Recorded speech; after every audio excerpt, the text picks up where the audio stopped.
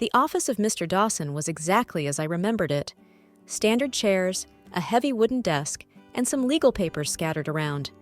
There was nothing special about the space, but it had an importance that couldn't be ignored today. It was the place where the will of our great-aunt would be read. I entered, my shoes clicking against the tile floor. I was the first to arrive, and I took a moment to breathe in deeply, trying to calm my nerves. I hadn't seen Emma in years, and I wasn't sure what to expect.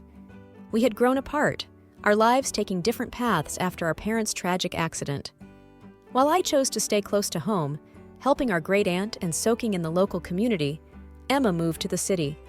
She often said it was to chase bigger dreams. Not long after, I heard the door open again. I didn't need to turn around to know who it was. The perfume was unmistakably Emma's, sharp and assertive. "You're late, Clara," she said with a hint of annoyance. I turned to face her, noting how she hadn't changed much. She still had that assertive walk and a look that often sized people up within seconds. "I'm on time. You're early," I replied, trying to keep my voice neutral. She smirked. "Always trying to play the good girl, aren't you?" Ignoring her comment, I took a seat. The room felt colder with her in it. I looked at the lawyer's desk and then back at Emma, who was busy scrolling on her phone, her long fingers moving swiftly over the screen. "Can we get this over with?" Emma asked, not lifting her eyes from her device. "I have a flight to catch." Mr. Dawson entered just then, wearing his usual black suit. "Good morning, ladies. I see you both are eager to get started. If you could both take a seat?" "I've been seated," I said. Emma finally looked up from her phone and shot me a quick glance. "Let's just get to it." Mr. Dawson nodded and opened the will. "Very well. I'll read the details, and then we can discuss the division." I tried to focus on his words, but couldn't help but feel the weight of the room, the tension between Emma and me, and the importance of our great-aunt's final wishes. Mr. Dawson cleared his throat, drawing my attention back to the heavy document he held in his hands. "Now, as for the division of the estate..." Emma leaned forward, her eyes gleaming with a mix of curiosity and greed. "Yes, let's hear it. I have meetings lined up this afternoon." I took a deep breath, trying to still the anxiety bubbling up. I didn't care much about the inheritance, but I cared about what it might do to an already fractured relationship. "Your great-aunt," Mr. Dawson began, "has left behind two primary assets. Firstly, a sum of $200,000, and secondly, the family house, along with all its contents." Emma raised an eyebrow. "I never took her for someone who saved money. Always thought she was a bit off, especially with all those trips to old bookstores." I felt my face heat up. "Emma, she was our family. You could at least show some respect." Emma just waved me off. "Oh, please, Clara. You and I both know she was eccentric. Everyone in town thought so." Mr. Dawson intervened. "Ladies, can we please focus on the matter at hand? You'll need to decide who takes what." "Obviously, I want the money," Emma declared without hesitation. I paused. Truthfully, I could use the money too, but the thought of selling our family house, filled with so many memories, was heartbreaking. "Maybe I want the money too," I countered, my voice shaking slightly. Emma laughed. "Oh, Clara, what will you do with that kind of money here in the middle of nowhere?" Before I could reply, Mr. Dawson chimed in. "The house is in good condition, especially for its age. It has quite some value." Emma's interest was immediately piqued. "Is that so? Maybe I should take a look at it then. I work in real estate after all." I felt a pang of worry. If Emma decided she wanted the house after all, I wasn't sure I had the strength to fight her for it.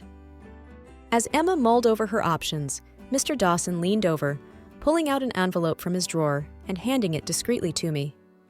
"Your great-aunt wanted you to have this," he whispered so that only I could hear. Written on the envelope were two words, "Yellow Room." Curious, I tucked the envelope into my bag, deciding to look at it later when I was alone. Emma, seemingly having made up her mind, announced, "All right, let's go see this house. But I'm warning you, Clara, if it's not up to standard, I'm taking the money." I nodded. "All right, let's go." The drive to the old family house felt longer than I remembered. Trees seemed to stretch endlessly on both sides of the road, occasionally giving way to open fields. There was something comforting about this familiar journey, even if the circumstances were anything but. Emma drummed her fingers on the steering wheel impatiently. It's been ages since I came down this road. I had forgotten how much I hated it. Why did you hate it? I asked, genuinely curious. This place was always too quiet, too slow for me. I always felt like a bird trapped in a cage. Remember how I always talked about leaving? I nodded.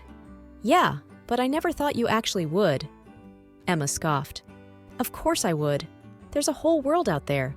But look at you, still stuck in this town, living the same life day in, day out. I looked out the window. It's home, Emma. It's where we grew up, where our parents and great-aunt lived and loved. She just shook her head, clearly not understanding. We soon reached the driveway leading to the house. The gravel crunched under the tires as we made our way up. It was a large two-story structure, slightly worn from the years, but still standing strong. The garden had overgrown, with weeds taking over the flower beds, but the house still held a certain charm. Emma parked the car and looked at the house skeptically. This is it? Looks like a dump. It's an old house, I defended. It just needs a bit of love. She smirked.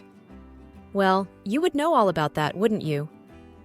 Ignoring her jab, I headed towards the front door, key in hand. As I turned the lock and pushed the door open, memories flooded back. The scent of fresh cookies baking, the sound of our great-aunt's laughter, the feel of the carpet under my feet as I played with my toys. Emma walked in, surveying the rooms critically. This place is going to need a lot of work if it's going to sell for a decent price. I thought you wanted the money, I asked, trying to hide my relief. She shrugged. I did, but if this place is worth as much as that lawyer thinks, maybe I should reconsider. My heart sank. But you don't even like this place. Why would you want it? Emma rolled her eyes. Clara, wake up. It's not about liking it. It's about what it's worth. But it's our family home, I protested. She sighed, exasperated. You always were the sentimental one. Look, I'll think about it. Let's just get this over with. We toured the house, with Emma pointing out all the repairs and upgrades that would be needed. Every comment felt like a dagger in my heart. This wasn't just a house. It was a treasure trove of memories. Finally, we reached the second floor. I hesitated outside the door of the yellow room. The door was slightly ajar, revealing a glimpse of the bookshelves inside. Emma pushed past me and entered the room. She looked around, her face scrunching up in confusion. What's so special about this place? It's just a bunch of old books. I didn't answer, my thoughts consumed by the envelope in my bag. Emma seemed to have made up her mind. All right, Clara, you can have the house. I'll take the money. I looked at her, surprised. Are you sure? She rolled her eyes. Yes, I'm sure. I don't have time for all this work. Besides, the house suits you. The next day, I decided to fully explore the house. Without Emma's impatient sighs and sarcastic remarks, it felt like I was truly home. Every corner held a memory.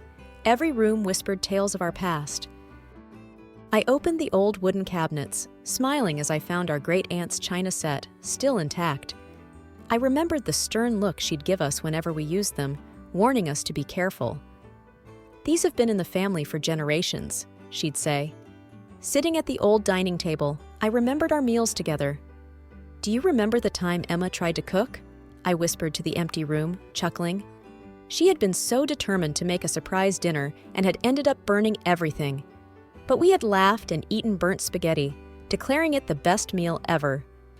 Going upstairs, I visited each bedroom. Our parents' room still had their scent, a mix of Dad's cologne and Mom's perfume. Finally, I reached the yellow room. The room our great-aunt had turned into a personal library. The sunlight streamed in, giving the room a soft glow. I ran my fingers over the spines of the books, each one telling not just its own story, but a bit of ours as well. Picking up a random book, I opened it and found a note scribbled in our great-aunt's handwriting. For Clara, when you're old enough to appreciate the beauty of words. I smiled, tears forming in my eyes. She had always said I had a love for stories. I remembered the nights she'd read to us. We'd sit, wrapped in blankets, hanging on to her every word. Sometimes, if we were lucky, she'd tell us tales of her own youth, stories not found in any book. Curiosity piqued, I searched the room for more notes. And there it was, another note inside a thick, leather-bound book. To Emma, remember to find joy in the little things. I was startled by a knock on the front door. Wiping away my tears, I headed downstairs. Opening the door, I found Mrs. Green, our old neighbor. "Oh, Clara!" she exclaimed. "I saw you come by yesterday. Thought I'd come and say hello." "Mrs. Green, it's been ages," I said, pulling her into a warm hug. She smiled. "How's Emma?" She's Emma," I replied, not knowing how else to describe the complex relationship we had. Mrs. Green chuckled. "You two always were like chalk and cheese. But deep down, I know she cares for you." I nodded, hoping that was true. After some tea and more reminiscing, Mrs. Green left, leaving me with a feeling of warmth and gratitude. Weeks turned into months. I grew more and more accustomed to the house and the comfort it provided. The yellow room became my refuge. Every evening after work, I'd sit in there, poring over the books. It wasn't just a hobby, it felt like a purpose. My great-aunt's collection was vast, and I believed there had to be more to it than just reading pleasure. One evening, while leafing through an old history book, I stumbled upon a folded paper tucked between its pages. Unfolding it, I found a list of book titles, some of which sounded familiar. Scribbled next to each title were numbers, possibly prices or maybe codes. My heart raced. Could this be a clue? The next day, with the list in hand, I visited a local bookstore to seek some guidance. Mr. Roberts, the owner, was a friend of my great-aunt's. "Mr. Roberts," I began, showing him the list, "do you recognize any of these titles?" He peered at the list, adjusting his glasses. "Well, Clara, some of these books are indeed rare. They'd fetch a good price if in decent condition. Your great-aunt and I used to discuss these. She had quite the collection." I beamed. "So, they're valuable?" "Yes," he replied, "very. Especially if they are first editions or have some sort of historical significance. But remember, their worth isn't just monetary. They hold knowledge, stories, and history." Over the next few weeks, with Mr. Roberts' help, I began cataloging the books, verifying their editions, and checking their potential value. The results were astounding. Many of the books were first editions, and some even had handwritten notes by authors. One day, as I was cataloging a book on ancient civilizations, a small envelope fell out. It was addressed to me. My hands trembled as I opened it. Inside was a letter from my great-aunt. "Dear Clara," it began, "if you're reading this, it means you've delved deep into my collection. I always knew your curiosity would lead you here. These books are my legacy to you, not just in monetary value, but in knowledge. I hope they serve you well." Tears filled my eyes. My great-aunt had planned this all along. It wasn't about the money. It was about the journey, the search for knowledge, the legacy. Feeling a sense of responsibility, I decided to restore and preserve the books. The idea of opening a bookstore began to form in my mind, a place where others could cherish these works as much as my great-aunt did. One evening, as I was engrossed in my plans, my phone buzzed. It was a text from Emma. "Hey, heard you found something valuable in that old house. Don't think this changes anything." I sighed. Emma still saw everything in terms of money. I typed back, "It's not about the money, Em. It's about preserving a legacy." The transformation of the ground floor of my great-aunt's house into legacy books was nothing short of magical. It was more than just a business. It was a reflection of my past and my dreams for the future. As word spread, more and more people began to visit. Schools arranged trips, and local book clubs made it their meeting point. One day, a popular Instagram blogger dropped by and gave us a shout-out. The popularity of legacy books skyrocketed. Late one evening, as I was winding down, my phone buzzed. It was a call from Emma. We hadn't spoken since our unpleasant encounter after the will reading. I hesitated but answered, "Hello?" "Clara," Emma's voice dripped with sarcasm. "I've been seeing your little project all over social media. Quite the success story, aren't you?" Taken aback, I replied, Yes, Emma. The bookstore is doing well. What do you want? I want what's rightfully mine, she snapped. You owe me, Clara. Owe you? I took what was left to me in the will, and I made the most of it. That's it. She scoffed. Of course, playing the innocent card. Well, here's the deal. You're going to give me some of that money you're making. Why would I do that? Because, her voice turned cold, if you don't, things are going to get very uncomfortable for you. You've got a reputation now, and it'd be a shame if something were to tarnish that. I felt a rush of anger. Are you threatening me? She laughed, but it was devoid of any warmth. Consider it a friendly advice. Think about it. The line went dead. I sat there for a long time, processing the conversation. The audacity of Emma's demand was shocking. Threatening me over something I had worked so hard for felt like the ultimate betrayal. The next day, I met with Mr. Roberts and told him about the call. He listened quietly and then said, I suggest you be careful, Clara. But remember, you've earned every bit of your success. Don't let anyone take that away from you. I nodded, determination filling me. I won't.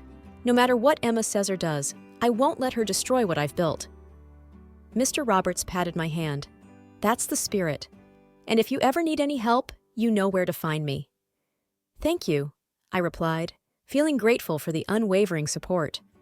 The clock struck midnight, and I was still at Legacy Books, reorganizing a new shipment that had come in earlier.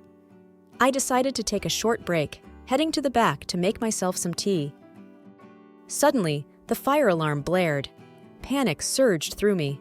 I ran towards the main floor, and thick black smoke filled the air, making it hard to see or breathe. I coughed, covering my mouth with my arm. I stumbled my way to the front door, forcing it open, and fresh air met my lungs. I looked back, and flames were consuming my beloved bookstore. I called 911, my hands shaking. Minutes felt like hours as I watched the firefighters battle the blaze. A small crowd had gathered, offering me comfort and water. As the fire was brought under control, a sinking feeling took hold. Was this Emma's doing? The next morning, a fire investigator named Mr. Dawson approached me. Miss Clara, he began, we suspect this fire was no accident. It seems to have been started intentionally. My heart raced. Do you have any idea who might be behind this? He looked at me with sympathetic eyes. We found traces of accelerant. We'll be looking into it. Do you have anyone in mind who would do this? I hesitated, but then decided to tell him about Emma and her threats. He nodded, taking notes. We'll look into it. In the meantime, be cautious. Days later, Mr. Dawson contacted me with news. We went through some security footage from a nearby building, he said. We saw someone leave the scene moments before the fire started. We have a suspect in custody. Is it Emma? I asked. He paused. It was a man. We believe he was hired. We're trying to find out who paid him. I felt anger rise in me. I have a pretty good idea. The next evening, I got a call from Emma. Heard about your little accident, she sneered. Such a tragedy. I know it was you, I shot back. She laughed. Prove it. I will, I said with determination. You'll regret ever crossing me. Emma huffed. You think you're so tough, but remember, I can always find another way to hurt you. Is that another threat? I asked. Just a fact, she replied before hanging up. One day, Mr. Dawson called. We got a lead, he said. The man we have in custody started talking. He named Emma as the person who hired him. I smiled, feeling a weight lift off my shoulders. What happens next? We have enough to arrest her, he confirmed. The next time I saw Emma, she was in handcuffs, her defiant look replaced with one of fear. The courtroom was abuzz with low conversations and the shuffle of papers as I made my way inside. Finding a quiet corner, I took my seat, trying to compose the emotions swirling inside me. As Emma was brought in, she seemed a mere shadow of her former self. The arrogance, once so evident in her posture and demeanor, was replaced with a downtrodden, subdued look. Her eyes darted around nervously, avoiding mine when they briefly met. When the evidence was presented, it was clear. Emma had willingly and deliberately committed her crimes, driven by an overwhelming greed. Her actions were indefensible. The judge's final declaration resonated in the room. Emma Turner, you are hereby sentenced to 10 years in prison and are required to pay a fine of $500,000.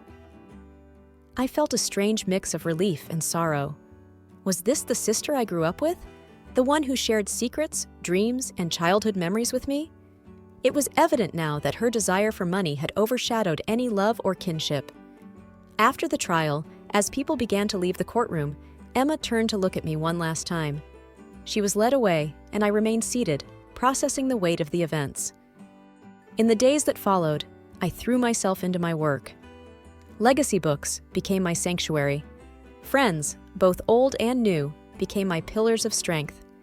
Lucy, in particular, was always there, offering words of encouragement or just sharing a cup of coffee during quiet moments. As weeks turned into months, the store flourished. One evening, while organizing some books, Lucy asked, "What's next for you?" "I want to grow," I replied, looking around the store. "Not just here, but personally. I want to explore, learn, and experience more of what life has to offer." She smiled. "I'm sure you'll do great things, and I'll be here, cheering you on." The past held painful memories, but the future beckoned with promise. I had faced betrayal at its worst, but it had only made me stronger.